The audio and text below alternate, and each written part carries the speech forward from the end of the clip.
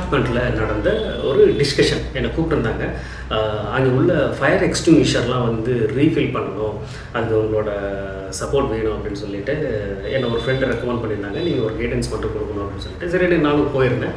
அசோசியேஷனில் எல்லாமே இருந்தாங்க. உங்களுக்கு தெரியும், அப்பார்ட்மெண்ட் அசோசியேஷனாகவே மோஸ்ட்லி அந்த சீனியர் சிட்டிசன்ஸ் ரேஞ்சில் தான் எல்லாருமே இருப்பாங்க. அவங்க கேட்டாங்க, இது எத்தனை வருஷம் ரீஃபில் பண்ணணும், எவ்வளோ நாளைக்கு ஒரு டைம்லாம் வந்து நம்ம வந்து மாற்றணும் அப்படின்லாம் கேட்டாங்க.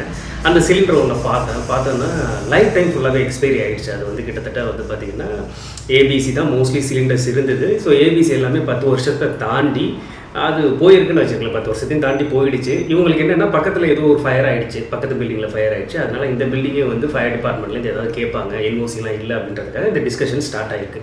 நான் போனோடனே சொல்லிட்டேன், இந்த சிலிண்டராக இதே மாதிரி தான் எல்லா சிலிண்டர் இருக்கான்னு. ஆமாம், இந்த அப்பார்ட்மெண்ட் கட்டி கிட்டத்தட்ட ஒரு 15 வருஷத்துக்கிட்ட ஆக போகுது அப்படின்னாங்க. அப்போ இந்த ஏபிசி சிலிண்டர் உங்களுக்கு டிஃபால்ட்டாகவே தெரியும், 10 வருஷம் தான் அதோட லைஃப் டைமு.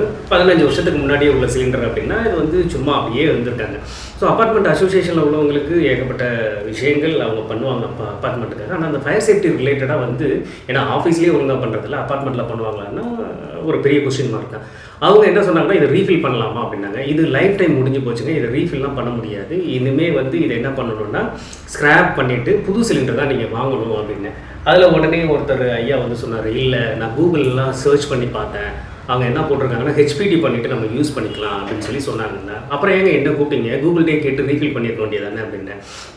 அப்புறம் பக்கத்தில் ஒருத்தர் என்னை ரெஃபர் பண்ணவர் கோவப்படாதீங்க அப்படின்னு சொன்னதுக்கப்புறம் சொன்னேன், இதோட டோட்டல் ஏபிசி சிலிண்டர், அதாவது ட்ரை பவுடர் சிலிண்டர் வந்து 10 வருஷம் தான் வரும். இது 10 வருஷம் கழித்து வந்து நம்ம வந்து பார்த்திங்கன்னா தூக்கி போட்டுட்டு புது சிலிண்டர் தான் வாங்கணும். 5 வருஷத்துக்கு இப்போ உள்ள ஸ்டாண்டர்டில் 5 வருஷத்துக்கு ஒரு டைம் வந்து ரீஃபில் பண்ணணும். இதுக்கு முன்னாடி 3 வருஷம் இருந்தது, இப்போ 5 வருஷத்துக்கு ஒரு டைம் ரீஃபில் பண்ணால் போதும். பீரியடிக்காக ஏஎம்சி மட்டும் குவார்டர்லி ஒன்ஸு நம்ம வந்து செக் பண்ணணும் அப்படின்றத அவங்கள்ட்ட சொன்னேன்.